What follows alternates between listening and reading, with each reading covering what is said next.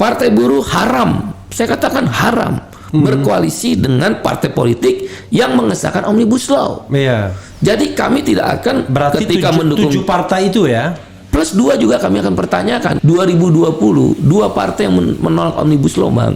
Kami minta jadi Yang menolak saksi itu fakta. Demokrat sama PKS itu ya. kita minta saksi fakta, nggak mau. Artinya kan Anda cuma lip service untuk media. Waktu dengan Pak Prabowo kita juga gitu. Kami nggak berkoalisi dengan Gerindra. KSPI nggak mendukung Gerindra. Jadi kontrak politiknya dengan calon presiden.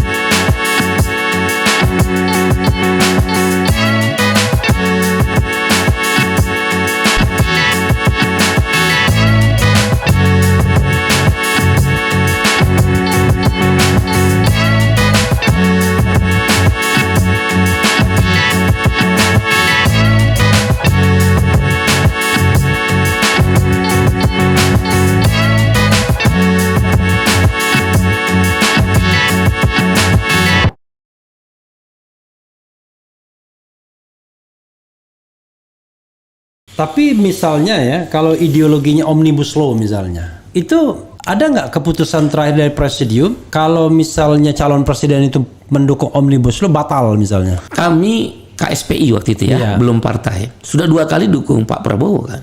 Kami belajar dengan pendukung Pak Prabowo dan Pak Prabowo bisa menerima saat itu kontrak politik.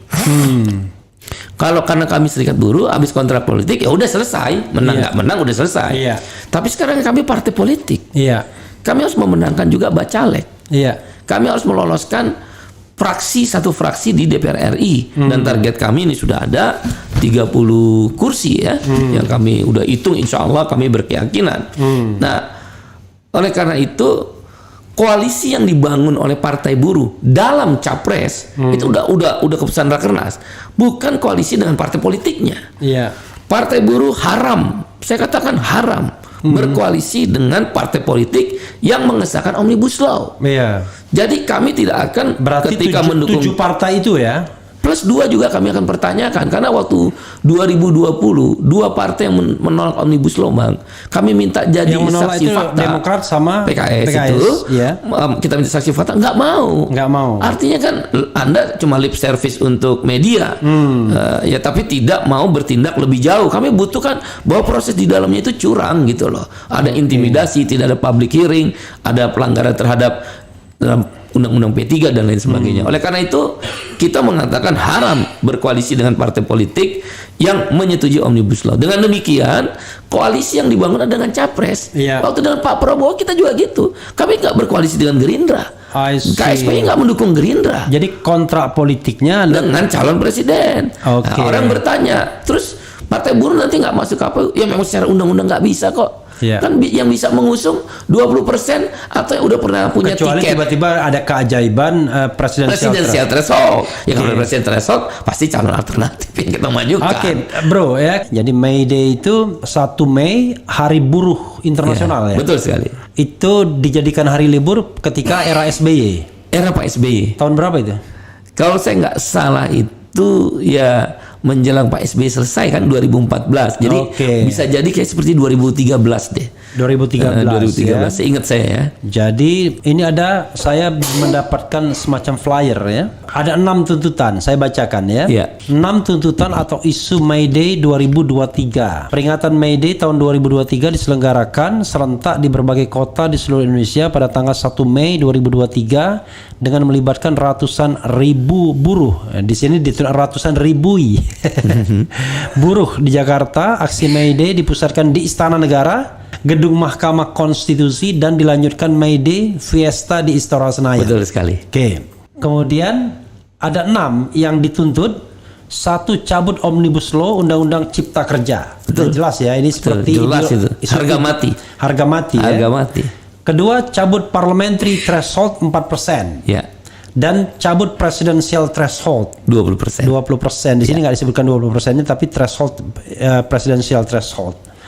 Kemudian sahkan rancangan undang-undang perlindungan pekerja rumah tangga RUU PPRT. Ya, betul. Yang ini kelihatannya maju mundur. Ya, betul. Karena kita tahu kalau undang-undang ini disahkan, banyak orang yang barangkali bakal repot dalam tanda kutip. Ya, pejabat-pejabat. Ya. 4, tolak rancangan undang-undang kesehatan. Ya, kenapa pula ini? Kemudian reforma agraria dan kedaulatan pangan. Nah, ini bentuknya kita nggak paham apa. Pilih presiden 2024 yang pro buruh dan kelas pekerja. Iya, betul. Pertanyaan saya satu-satu mulai dari sini ya, bro ya. Pertama, May Day dipusatkan di Istana Negara dan Gedung Mahkamah Konstitusi dan dilanjutkan May Day Fiesta di Istora Senayan. Betul.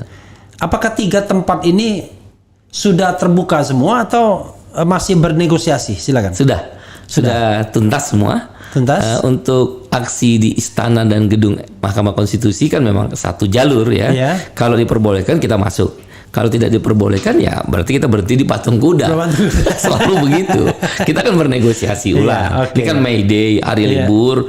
Jangan terlalu juga paranoid lah terhadap aksi-aksi buruh. Bahkan kalau di Amerika Serikat depan Gedung Putih juga boleh aksi. Saya ikut di Switzerland di kantor Perdana Menteri di Geneva, saya kan sering ikut. Kemarin saya ikut aksi di Paris, yang Serikat Buruh Paris saya ikut. Itu biasa sebenarnya. Tidak ada tempat yang sakral buat demonstrasi yang dilindungi oleh undang-undang konstitusi. Yang tidak boleh itu menghina, melempar, berbuat anarkis, itu kita setuju. Silakan proses secara KUHP atau undang-undang yang berlaku. Tapi hak untuk menyampaikan pendapat kan pernah mau ditaruh di mana itu di depan di Monas. Saya bilang masa kita mau demo sama rusa-rusanya Monas. Kita mau ngomong sama rusa-rusanya Monas. Oh, itu memacetkan jalan. Di seluruh dunia aksi macetin jalan. Saat itu makanya ada pemberitahuan. Dengan pemberitahuan itulah pihak keamanan memberitahu khalayak. Jangan lewat rute ini, dialihkan ke rute ini. Hal itu biasa. Kalau ada keperluan ditunda aja dulu. Ada keperluan ditunda kalau tidak terlalu. Itu biasa. Oh, aksi nanti kalau meluas banyak. Ya oleh karena itu dengarkanlah isu atau agenda yang disampaikan. Ini sebenarnya sebuah persoalan yang sederhana dibikin rumit karena kekhawatiran-kekhawatiran yang sebenarnya tidak akan terjadi. Memang ada beberapa aksi-aksi yang kemudian menimbulkan chaos lah ya. Memang saya harus akui ada sekelompok kecil ya, saya bilang kecil sekali. Tapi bahaya juga kalau dibiarkan. Saya katakanlah anarko ya salah satunya, selalu inginnya ribut. Makanya kami kalau ada mereka bernegosiasi boleh aksi, saya kami nggak larang, tapi jangan ikut barisan. Karena kami mempunyai strategi yang berbeda tentang cara. Mungkin isunya sama, tapi tentang cara berbeda. Nah, oleh karena itu kalau tetap di patung kuda ya kita akan sampai dengan dari jam 9.30 sampai 12.30. Ada 6 tuntutan itu tadi yang disebutkan. Cuma tadi ada tambahannya, sahkan RUU PPRT dan HOSTUM. HOSTUM itu singkatan dari hapus outsourcing, tolak upah murah. Jadi ada tambahan HOSTUM, tambahan HOSTUM di isu sahkan RUU PPRT itu. Yang terbaru itu yang kita tambahkan. Hapus outsourcing, tolak upah murah. HOSTUM kita sebut ya. Ini akan kita gerakkan terus bersama Cipta Kerja. Nah, kemudian dari situ kita bergerak kami namakan May Day Fiesta. Ini udah biasa. Dulu KSPI belum Partai Buruh. Sekarang Partai Buruh, kami juga menamakan May Day Fiesta. Di beberapa negara, biasanya kan saya ikut beberapa negara Asia, setelah kita melakukan aksi di tempat-tempat yang publik penting, istana, DPR RI atau gedung-gedung yang lain, kayak sekarang di kita ada MK, itu di satu ruangan, karena di situ partai akan menyampaikan gagasan-gagasannya. Nah, itu juga untuk menghindari, kalau udah partai kan kita takut ada politisasi, orang masuk 1-2 orang buat kacau aja, kan itu tuduhnya Partai Buruh.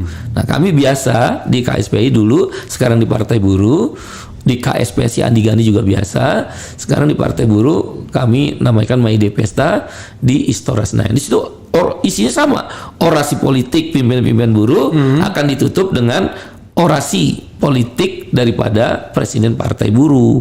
Di situ disampaikan ada hiburan-hiburan dari buruh. Misal teater Marsina, ada juga puisi-puisi, ada lagu-lagu seperti yang abang tadi perdengarkan, lagu-lagu perjuangan, tapi ciptaan buruh, ada itu.